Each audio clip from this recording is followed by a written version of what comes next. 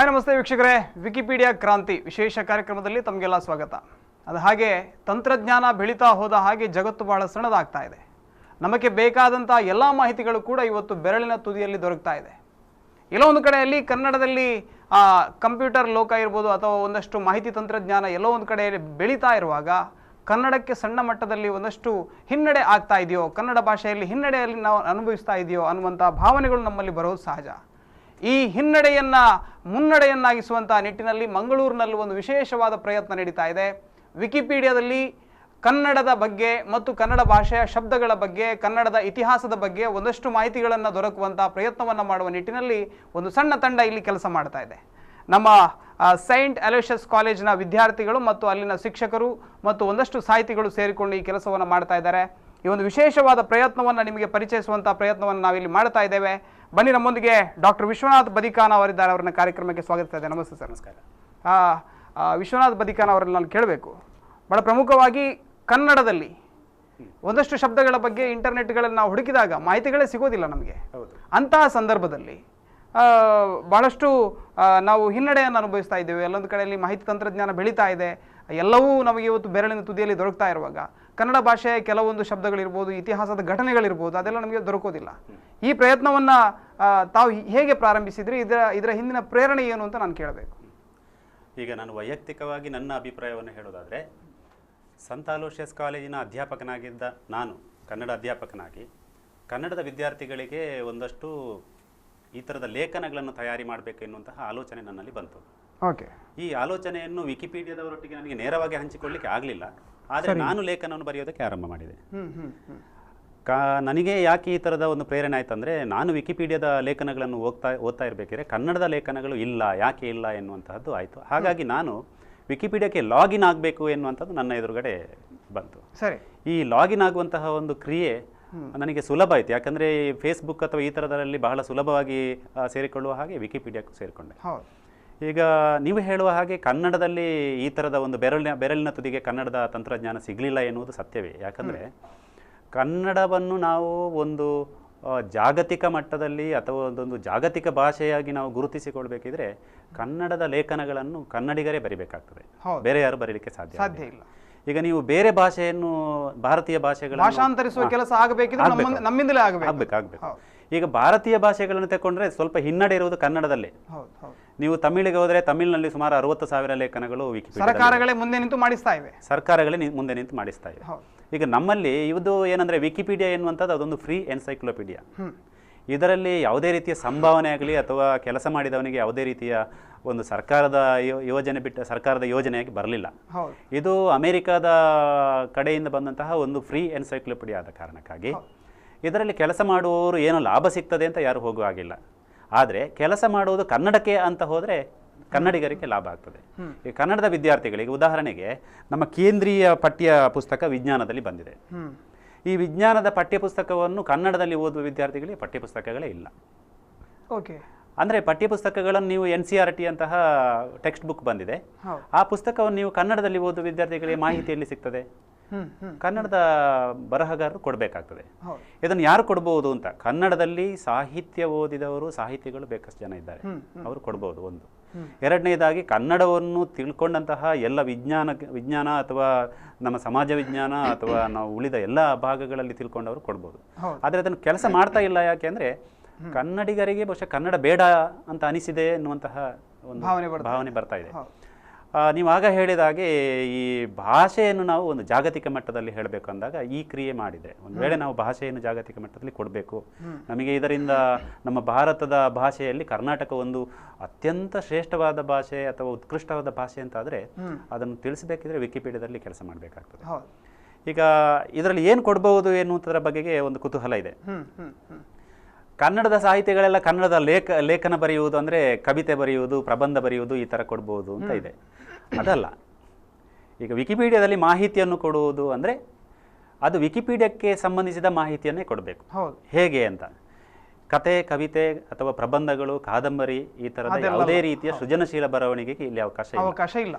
ಮಂಗಳೂರು ಅಂತ ನಾನು ಸರ್ಚ್ ಮಾಡಿದ್ರೆ ಮಂಗಳೂರು ಮಾತ್ರ ಬರಬೇಕು. ಮಂಗಳೂರು ಅಂದ್ರೆ ಎಲ್ಲಿದೆ, ಈಗ ಯಾವ ರಾಜ್ಯದಲ್ಲಿದೆ, ಮತ್ತು ಅದಕ್ಕೆ ಸಂಬಂಧಿಸಿದಂತಹ ಅಲ್ಲಿಯ ಮಂಗಳೂರು ಅನ್ನುವ ಹೆಸರು ಹೇಗೆ ಬಂತು, ಹೇಗೆ ಹೆಸರು ಬಂತು, ಮತ್ತು ಅಲ್ಲಿಯ ಮುಖ್ಯವಾದ ಆಚರಣೆಗಳೇನು ಅಥವಾ ಆರಾಧನೆಗಳೇನು, ಅಲ್ಲಿಯ ಜನ ಯಾವ ರೀತಿ ಇದ್ದಾರೆ, ಅಥವಾ ಅಲ್ಲಿ ಯಾವ ರೀತಿಯ ಭಾಷೆಯಲ್ಲಿ ಭೌಗೋಳಿಕ ಸ್ಥಿತಿಗತಿಗಳು, ಅಲ್ಲಿನ ಜನಸಂಖ್ಯೆ, ಈ ತರದ ಮಾಹಿತಿಯನ್ನು ವಿಕಿಪೀಡಿಯಾದಲ್ಲಿ ಕೊಡಬೇಕು. ಅದು ಬಿಟ್ಟು ನೀವು ಅದಕ್ಕಿಂತ ಹೆಚ್ಚು ಮಾಹಿತಿಯನ್ನು ಕೊಡುವ ಹಾಗೆ ಅವರು ಯಾವುದೇ ಸ್ವೀಕಾರ ಮಾಡೋದಿಲ್ಲ. ಒಂದು ವೇಳೆ ನಾವು ಹಾಗೆ ಕೊಟ್ಟರು ಸಹ ವಿಕಿಪೀಡಿಯಾದವರ ಒಂದು ನಿಯಮದ ಪ್ರಕಾರ ಅವರು ಅದನ್ನು ತೆಗೀತಾರೆ. ಯಾಕಂದ್ರೆ ಅದು ನಮ್ಮ ವಿಕಿಪೀಡಿಯಾದ ಒಂದು ನಿಯಮಕ್ಕೆ ಬರೋದಿಲ್ಲ.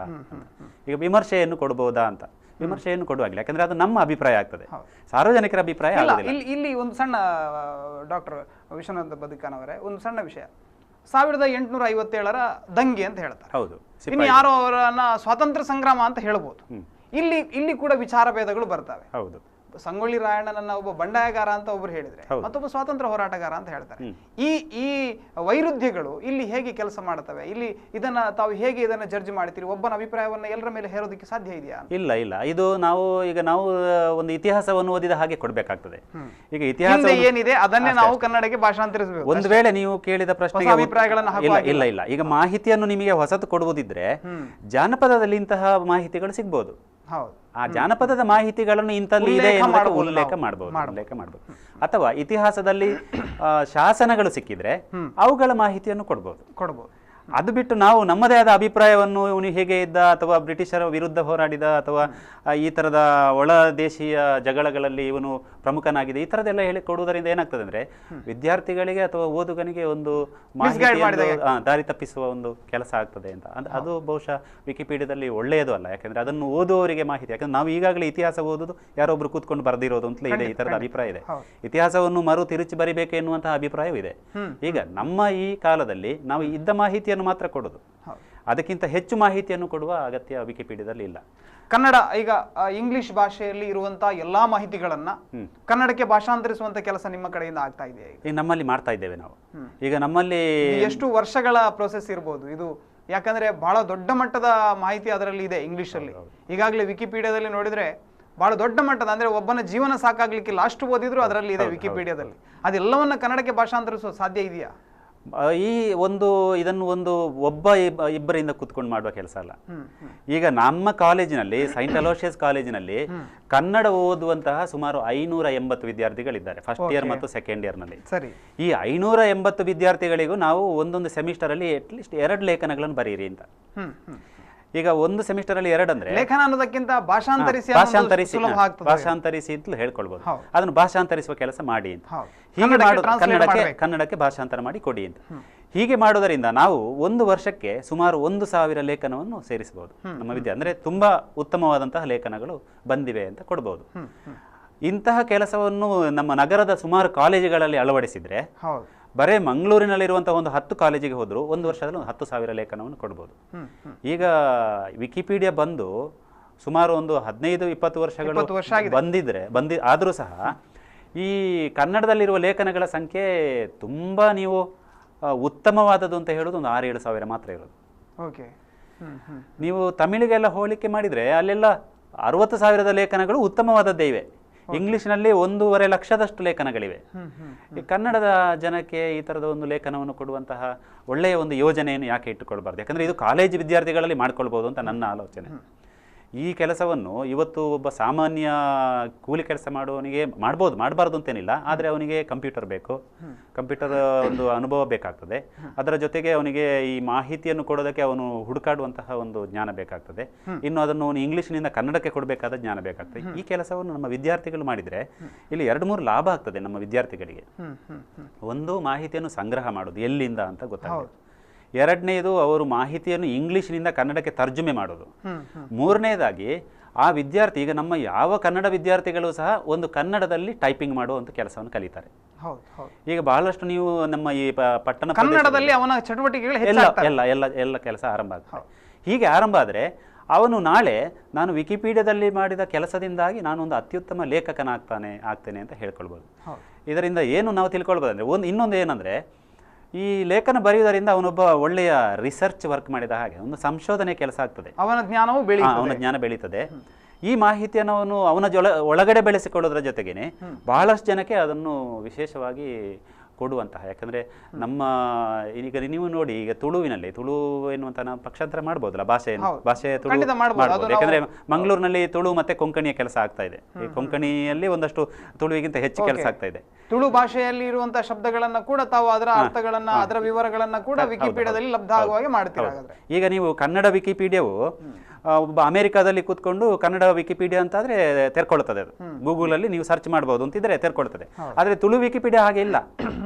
ಯಾಕೆ ಇಲ್ಲ ಅಂದ್ರೆ, ತುಳು ವಿಕಿಪೀಡಿಯಾ ಈಗ ಅದೊಂದು ಇನ್ಕ್ಯುಬೇಟರ್ ಅಲ್ಲಿ ಇದೆ. ಅಂದ್ರೆ ಅದು ಇನ್ನೂ ಸಹ ಒಂದು ಮಗುವಾಗಿ ಬರಲಿಲ್ಲ, ಅದು ಇನ್ನೂ ಪೆಟ್ಟಿಗೆ ಒಳಗೆ ಶೈಶವಾವಸ್ಥೆಯಲ್ಲಿ ಇದೆ. ಈಗ ಇದನ್ನು ಹೊರಗೆ ತರಬೇಕಿದ್ರೆ ತುಳುವರು ಒಂದಷ್ಟು ಲೇಖನಗಳನ್ನು ಬರಿಬೇಕು.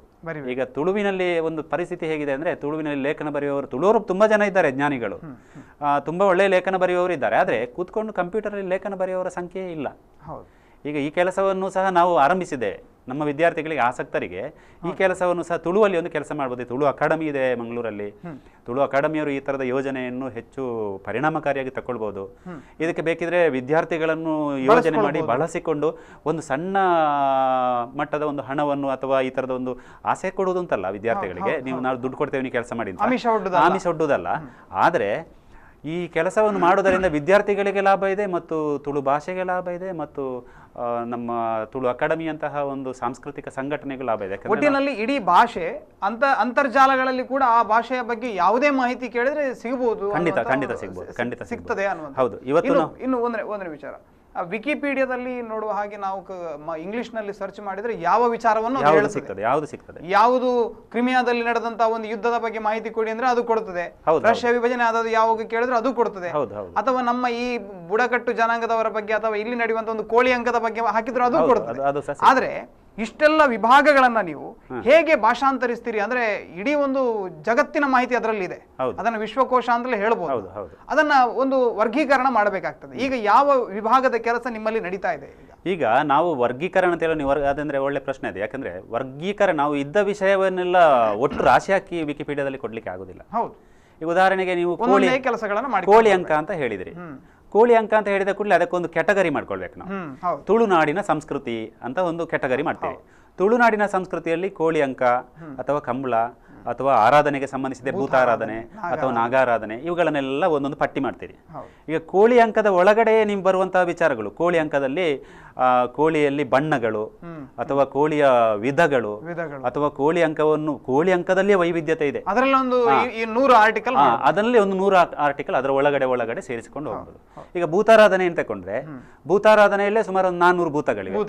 ಅವುಗಳನ್ನೇ ಒಂದೊಂದು ಒಳ ಲೇಖನವಾಗಿ ಮಾಡ್ಕೊಳ್ಬಹುದು. ಹಾಗೆ ಮಾಡಿದ್ರೆ ಏನಾಗ್ತದೆ, ಈಗ ನೀವು ಬರೇ ಲೇಖನ ಮಾತ್ರ ಅಲ್ಲ, ಈಗಂದ್ರೆ ನೀವು ಮಾಹಿತಿ ಮಾತ್ರ ಕೊಡುದಲ್ಲ.